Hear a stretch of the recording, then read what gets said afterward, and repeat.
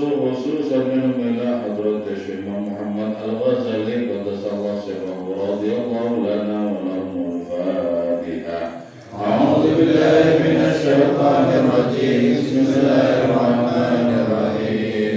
الحمد لله رب العالمين الرحمن الرحيم مالك يوم الدين إياك نعبد وإياك نستعين اهدنا الصراط المستقيم صراط الذين أنعمت عليهم غير المغضوب عليهم ولا الضالين آمين.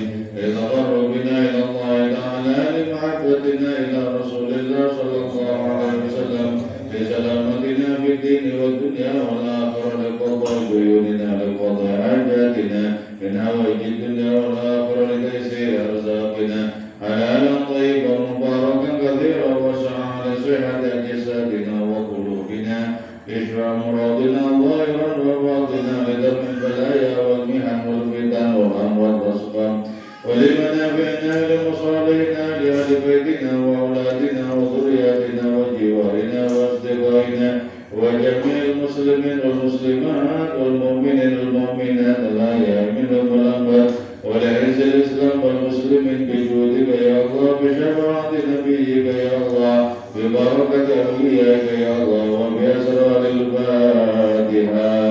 أعوذ بالله من الشيطان الرجيم. بسم الله الرحمن الرحيم. الحمد لله رب العالمين الرحمن الرحيم مالك يوم الدين إياك نعبد وإياك نستعين اهدنا الصراط المستقيم صراط الذين أنعمت عليهم غير المغضوب عليهم ولا الضالين آمين. بسم الله الرحمن الرحيم. الموعظة الخامسة عشرة. Ini adalah mau'izah atau peringatan yang ke-15 dari firman Allah Ta'ala di dalam hadis qudsi. Yaqulullahu Ta'ala, Allah Subhanahu wa Ta'ala berfirman, ya bani Adam, wahai manusia, in saluha dinukum, jika baik dinukum agamamu, walahmukum dan dagingmu, wadamukum dan darahmu, saluha menjadi baik, amalukum apa amalmu, walahmukum dan dagingmu, wadamukum dan darahmu. Ini ternyata ya, kebaikan kita manusia itu tidak saja kebaikan batiniah, tidak saja kebaikan rohani semata-mata, tapi juga kebaikan daging dan darah. Apa maksudnya? Maksudnya itu adalah bahwa apa yang kita konsumsi itu harus halal. Harus halal.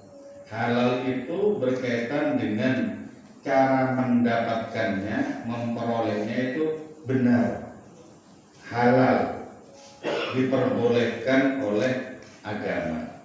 Yang pertama. Yang kedua, halal itu berkaitan dengan jenis makanan-makanan tertentu yang memang dihalalkan. Artinya kalau anjing itu nggak halal itu. Jadi berkaitan dengan cara mendapatkannya itu diperbolehkan, dihalalkan oleh agama, juga berkaitan dengan jenis makanan yang memang dihalalkan oleh agama. Percuma orang misalnya begitu tekun beribadah, tapi makanannya itu tidak halal. Jadi ada kalanya halal barangnya, tidak halal mendapatkannya. Misalnya hasil nyolong, nah itu halal barangnya, makan di kantin atau di mana, makan pakai daging, ngakunya pakai tempe. Nah itu barangnya halal, tapi mendapatkannya tidak halal. Mendapatkannya tidak halal. Nah itu mencegah seseorang untuk betul-betul bisa bertobat. Kalau sudah makanan yang masuk dalam diri manusia itu tidak halal, maka begitu sangat sulit orang itu untuk bisa bertobat. Sulit. Jadi karena itu kita harus menjaga makanan dan minuman kita agar betul-betul halal. Terus setelah halal makanan dan minuman kita itu, sangat penting juga kita niat ketika makan dan minum itu mutlak untuk kekuatan kita di dalam beribadah kepada Allah Ta'ala. Jadi ya, kalau yang kita makan itu halal, kita makan halal dan kita niatnya mutlak karena Allah Ta'ala, maka sangat mudah kita untuk menjadi orang yang patuh. Sangat mudah. Mau bangun malam itu mudah kalau makanannya, minumannya halal dan makan dan minum karena Allah Ta'ala, mudah. Jadi kalau misalnya kita kok berat dalam melaksanakan ibadah tertentu, itu pasti berkaitan dengan makan yang tidak karena Allah. Kenapa? Karena cocok lauknya. Jadi hati-hati makan itu jangan berdasarkan cuma lauknya cocok sehingga kita lahap. Hati-hati, harus kita niatkan murni karena Allah Ta'ala. Sehingga dengan demikian energi kita, tenaga kita tidak menyeleweng ke keburukan-keburukan.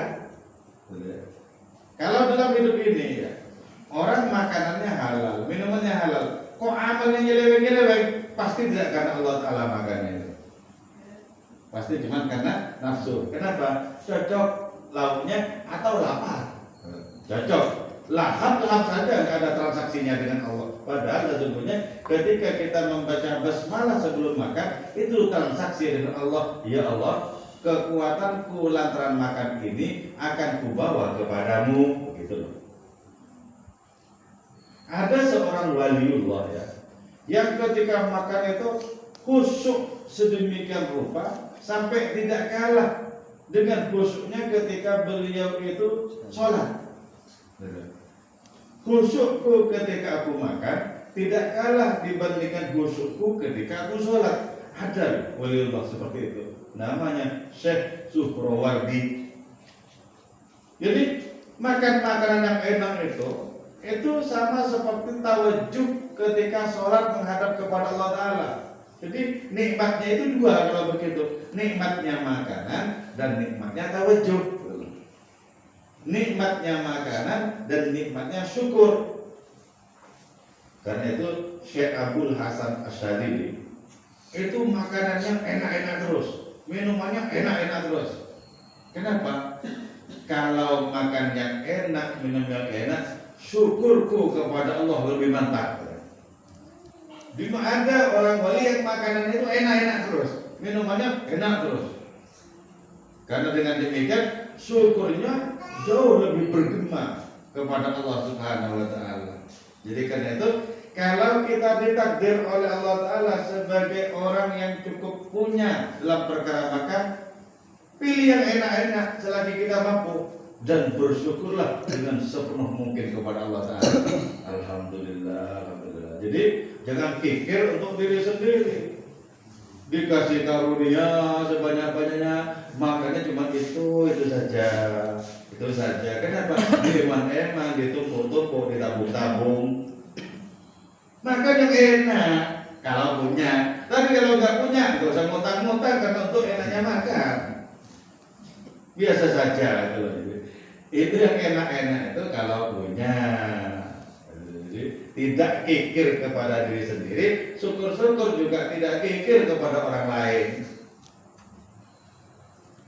Jadi kalau kita makan, kita minum mutlak untuk kekuatan ibadah kita kepada Allah, maka Allah Ta'ala akan mengganti rezeki-rezeki yang kita konsumsi, yang kita pakai akan diganti. Kenapa? Karena kita menggunakannya dalam wujud syukur.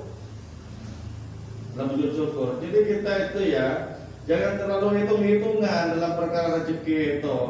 Ada pakai saja untuk kebaikan, ada pakai saja untuk kebaikan. Jangan kemudian dikuasai oleh adanya ragu-ragu, oleh adanya gamang. Jangan-jangan ada gantinya nanti gimana ini. nggak ada gantinya nanti gimana. Nah kalau begitu kikir-kikir terus hidupnya. Ini eman, itu eman. Kenapa? Ragu. Apakah Allah Ta'ala itu akan menggantinya? Ragu. Siapa orang yang ragu bahwa Allah Ta'ala akan mengganti rezeki yang dipakai untuk kebaikan? Orang itu berarti tetap bakat dalam kekikiran. Jadi punya bakat seperti itu, jangan dikatakan bakat terpendam ya. Itu buruk itu. Bakat kok kikir gitu. Untuk di jalan Allah Ta'ala kita harus lumah. Transaksi dengan Allah Ta'ala itu dapat dipastikan bahwa Allah tidak akan terlambat sedetik pun dalam memberikan gantinya. Tidak akan terlambat. Jadi transaksi yang paling transenden, yang paling bernilai keilahian itu transaksi dengan Allah. Dengan Allah Ta'ala. Jadi kalau untuk pengajian apa, ya harus lumah. Jangan disimpan terus nunggu orang nyumbang. Jangan, langsung aja yang lumah. Yuk, itu tandanya apa? Orang itu keyakinannya betul-betul kuat bahwa transaksi dengan Allah Subhanahu Wa Ta'ala akan diberikan gantinya. Jadi karena itu, kalau kita ingin rezeki kita itu tidak putus-putus, maka ikatlah dengan syukur. Apa syukur? Menggunakan rezeki itu di jalan Allah, itu syukur. Sebab jelas, la in syakartum la azidannakum. Kalau kalian bersyukur, sungguh akan kuganti, akan kutambah nikmatku kepada kalian. Dan janji Allah Ta'ala itu adalah janji yang pasti, bukan janji yang mencela-mencela. Pasti janjinya Allah Ta'ala itu pasti. Jadi ya, kita harus membuktikan dalam hidup ini bahwa kita berpihak kepada Allah Ta'ala dalam bab rezeki. Berpihak kepada Allah. Pakailah rezeki karena Allah Ta'ala, pakailah rezeki dalam kebaikan-kebaikan, maka Allah yang nanti akan menjadi donatur utamanya. Masuk pikiran? Iya, tidak mesti masuk di pikiran dari mana datangnya rezeki. Tidak mesti masuk di pikiran. Tapi Allah Maha Kuasa menjadikan segala sesuatu sebagai pintu rezeki bagi diri kita. Sangat Maha Kuasa. Jangankan rezeki, diri kita dulu nggak ada kok.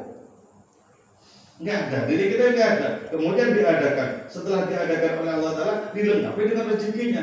Apa kita masih ragu terhadap kemurahan Allah Ta'ala memberikan rezeki kepada kita? Jangan pernah ragu. Kita harus hakul yakin kalau kita menggunakan rezeki itu dalam kebaikan, maka pastilah Allah menggantinya. Pasti. Jadi makanya begini ya, Nabi Ibrahim itu memberikan contoh yang baik. Beliau itu tidak pernah makan kecuali bersama tamu yang mau ditraktir atau yang mau dikasih makan. Jadi tidak mau makan sendiri.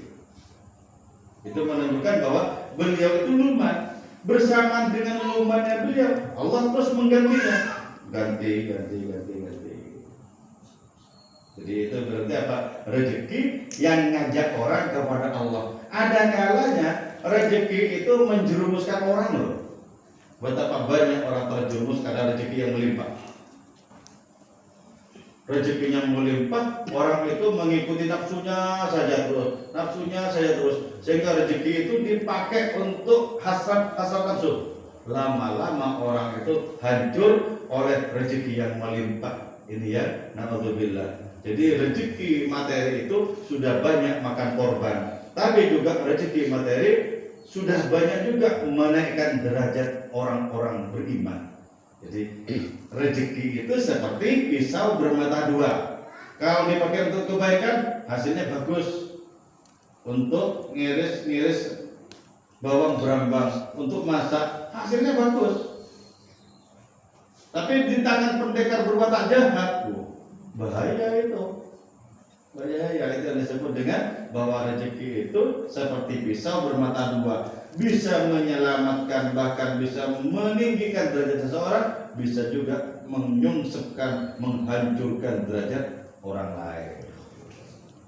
Jadi karena itu, kalau agama kita baik, daging kita baik, darah kita baik, maka berarti dengan demikian amal kita baik. Allah Subhanahu wa Ta'ala berfirman kepada Syekh Muhammad bin Abdul Jabbar An-Nifari, ij'al batnaka kabutulis sholihin aj'al qalbaka kakulubihim. Jadikanlah perutmu itu seperti perutnya orang soleh. Perutnya orang soleh itu tidak diisi kecuali dengan barang halal, dan tidak makan kecuali karena Allah, tidak minum kecuali karena Allah Ta'ala. Nah, kalau perut kita jadikan seperti perutnya orang soleh, maka Allah akan menjadikan hati kita seperti hatinya orang soleh. Hatinya orang soleh itu terus menerus tersambung dengan Allah Subhanahu wa Ta'ala. Tersambung terus. Apakah orang soleh itu beribadah mahdoh atau orang soleh itu berbau dengan dunia sosial, tetap tersambung dengan Allah Ta'ala. Jadi hati-hati dengan makanan, dengan minuman. Setelah jelas makanan minuman kita halal, pastikan kita makan dan minum mutlak karena Allah Ta'ala, bukan karena nafsu makan itu sendiri. Jadi hati-hati, jangan sampai ada makanan minuman yang kita konsumsi tidak halal. Itu cara bertobatnya angel abot. Cara bertobatnya. Karena itu wa in fasada dinukum fasada amalukum. Kalau agamamu rusak maka amalmu rusak. Jadi orang yang amalnya itu tidak becek, orang amalnya itu buruk, itu kan agamanya rusak gitu. Rusak. Jadi orang mulai serong-serong, nabrak-nabrak, oleng-oleng, itu pasti agamanya nggak beres gitu. Nggak beres.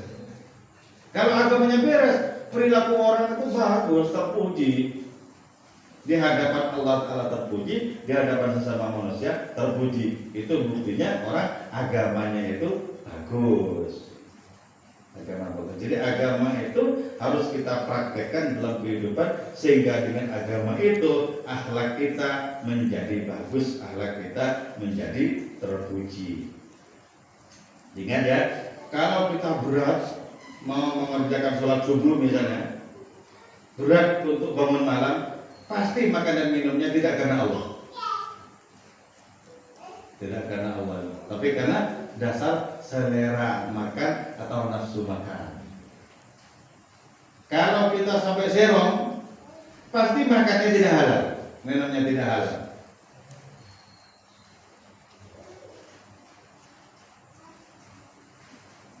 Oke.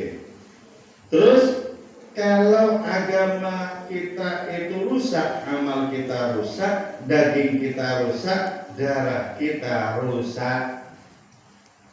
Fala takun, maka janganlah ada engkau kal misbah, ialah seperti lampu yang ruku membakar itu lampu nafsu kepada dirinya, wayudhi'u, dan menerang itu lampu an-nasa kepada manusia. Jadi hidup kita itu jangan seperti lampu, menerangi orang lain tapi membakar dirinya sendiri. Itu artinya apa? Betapa kadang pintarnya manusia menjelaskan mestinya begini begitu, tapi amalnya tidak begini dan begitu. Jadi harusnya begini dan begitu, amalnya begono dan begono. Jadi tidak begitu.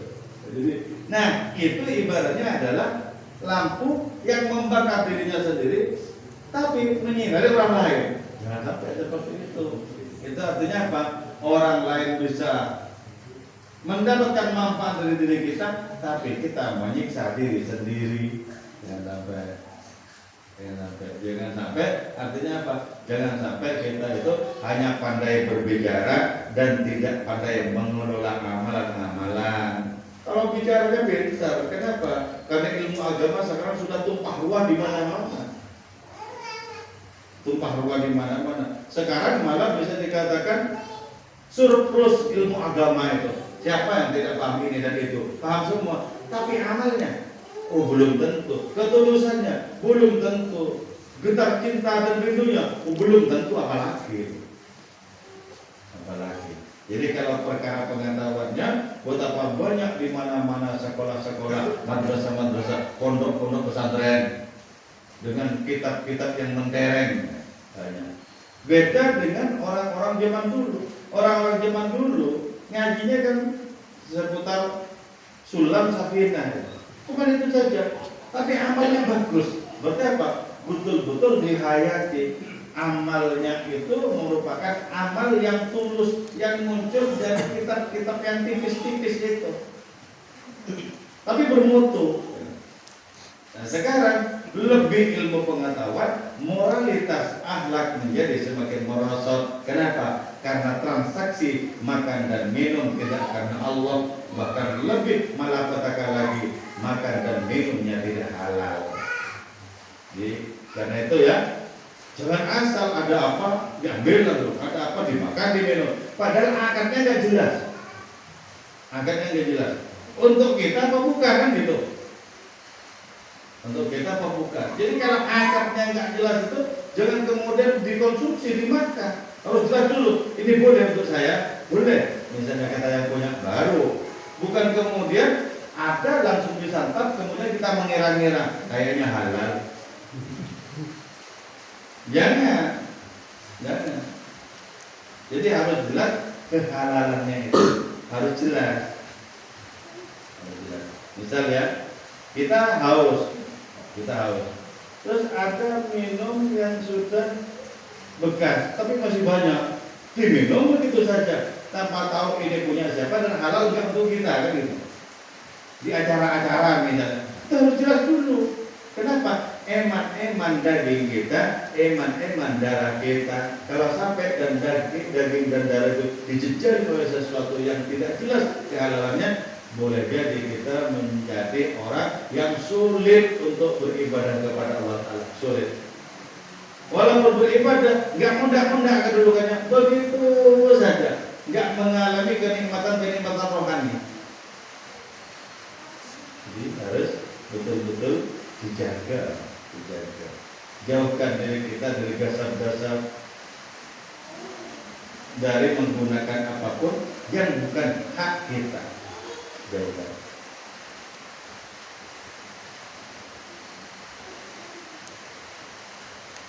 Wa akhrij hubbat dunya min qalbika. Ini yang agak berat. Keluarkanlah dari hatimu adanya cinta duniawi. Nah, ini rodoannya. Keluarkan di hati kita. Ini bukan larangan kita punya ini dan itu, boleh. Tapi keluarkan dari hati itu loh. Jadi selama hidup kita itu berhasrat kuat kepada kesenangan duniawi, maka otomatis hasrat yang kuat kepada kesenangan duniawi itu bertahta di dalam hati kita. Padahal perintah Allah Ta'ala, keluarkan cinta duniawi dari hatimu, itu keluarkan. Toh begini ya, sebab habis itu maksudnya rezeki itu kan sudah dibagikan. Kalau sudah dibagikan, sudah ditentukan jatahnya untuk kita, nggak mungkin rezeki kita berkurang hanya karena kita tidak memasukkan rezeki itu ke dalam hati. Nggak mungkin berkurang. Jatah kita 1 miliar, walaupun kita tidak berpikir 1 miliar, tetap 1 miliar. Walaupun kita berpikir 1 miliar, tapi jatah kita 1000, ya tetap 1000. Jadi manusia itu ya, betapa sangat tidak mudah mengeluarkan cinta duniawi dari hatinya. Bahkan banyak orang yang merasa bangga dengan merasa memiliki rezeki yang banyak, bangga sekali. Kok tidak bangga merasa memiliki Allah?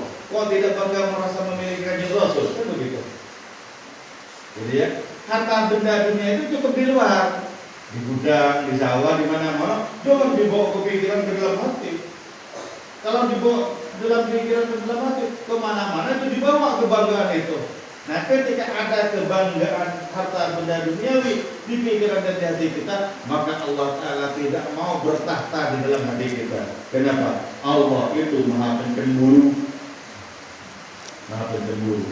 Jadi kalau Allah Ta'ala menyaksikan hati kita, melihat hati kita sudah penuh dengan kecintaan kepada perkara duniawi, maka Allah tidak akan bertahta dalam hati kita. Padahal sabda Kanjeng Rasul, hati orang beriman itu adalah istana bagi Allah. Yang gak jadi istana bagi Allah kalau sudah berisi kecintaan-kecintaan kepada segala sesuatu yang fana berupa alam materi ini.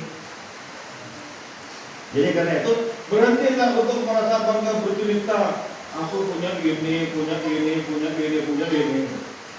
Ceritanya itu menunjukkan kalimat-kalimat yang tidak sombong. Misalnya begini, alhamdulillah banyak titipan Allah di saya. Ini titipan Allah semua, titipan Allah semua. Yang sana harganya 4 miliar, yang sana begitu. Ya pura-pura bilang titipan Allah, sungguhnya ya bangga itu. Bangga. Pura-pura aja bilang titipan Allah Ta'ala. Nah, itu bisa apa? Menghalang-halangi kita dengan Allah Ta'ala. Mau bermesra dia itu dengan Allah, bukan dengan kepemilikan. Bukan lantaran kita bermesra dia dengan Allah Ta'ala, dengan agama, dengan kanjeng Rasul, lantas kita menjadi bangkrut. Ya enggak juga. Itu enggak usah dipikirin saja itu. Makanya ada seorang wali yang kaya raya, Syekh Abdul Hasan Syadzili. Bagaimana tidak kaya raya? Setiap kencingnya kena batu, batunya jadi emas.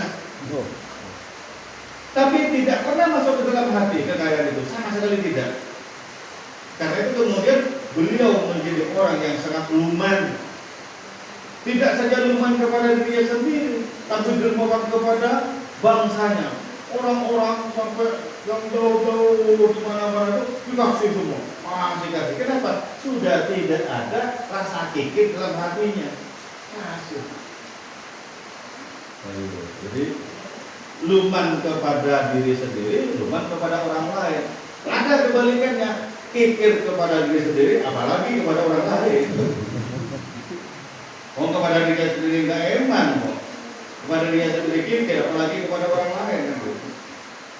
Allah Subhanahu wa Ta'ala sampai berfirman, "Wa may yuqa shuhha nafsihi fa ulaika humul muflihun." Siapa orang diselamatkan dari kekikiran dirinya sendiri, maka orang itu adalah orang yang beruntung. Beruntung. Jika sesungguhnya Allah memberikan rezeki itu kan ujian. Coba tak uji dengan Allah Ta'ala. Orang ini ketika menerima jadi kikir atau jadi derman, diuji. Ketika ternyata jadi kikir, wah, kamu nggak lulus dong, nggak lulus kamu.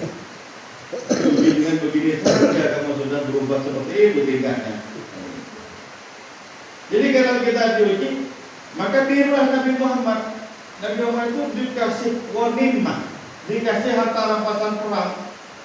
Pas perang Hunain itu sebanyak-banyaknya semua dibagikan. Nah tentu saja kita tidak sanggup mengikuti itu sepenuh-penuhnya. Tapi ada yang kita bagi-bagikan untuk kebaikan-kebaikan itu dengan kikir.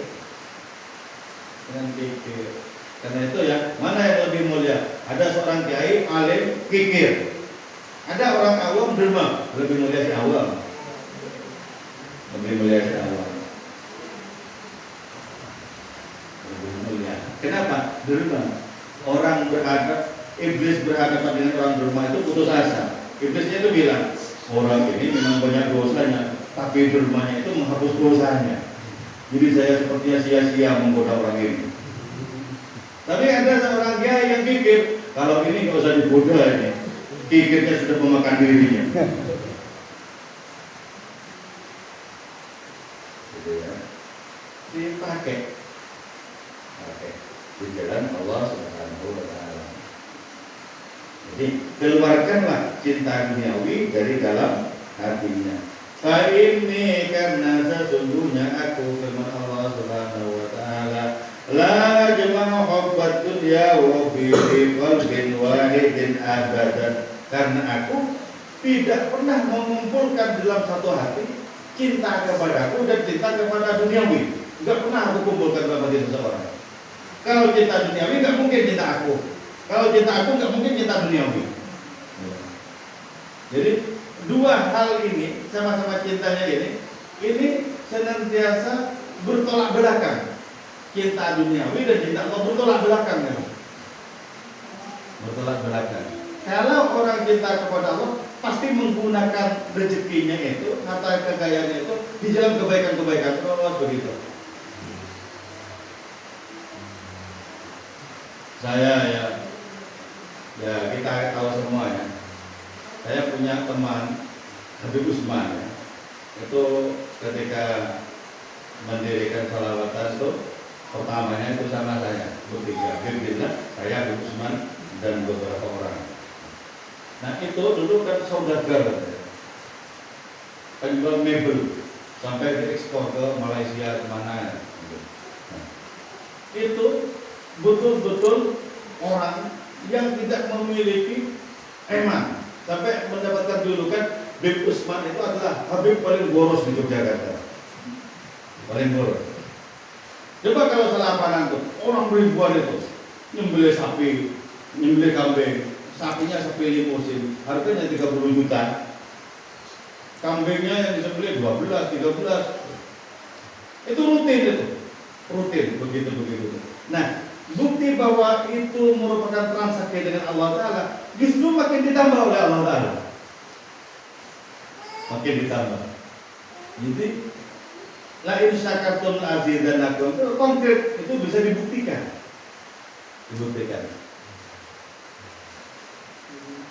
Betapa saya menyaksikan di dalam diri beliau itu ada betul kehadiran Nabi. Jadi kalau ada orang disebut Habib tapi kok pelit, saya kok sanksi itu Habib.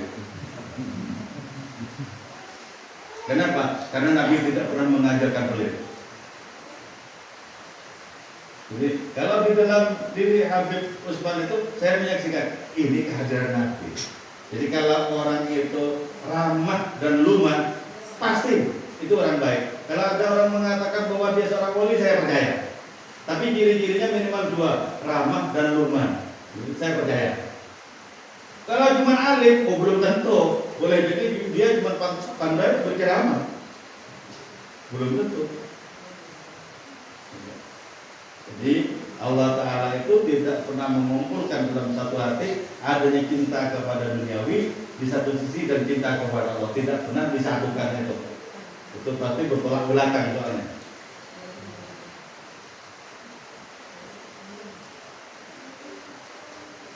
Warqub binafsika fi jam'il rizki. Oke, saya kira ini yang saya sampaikan.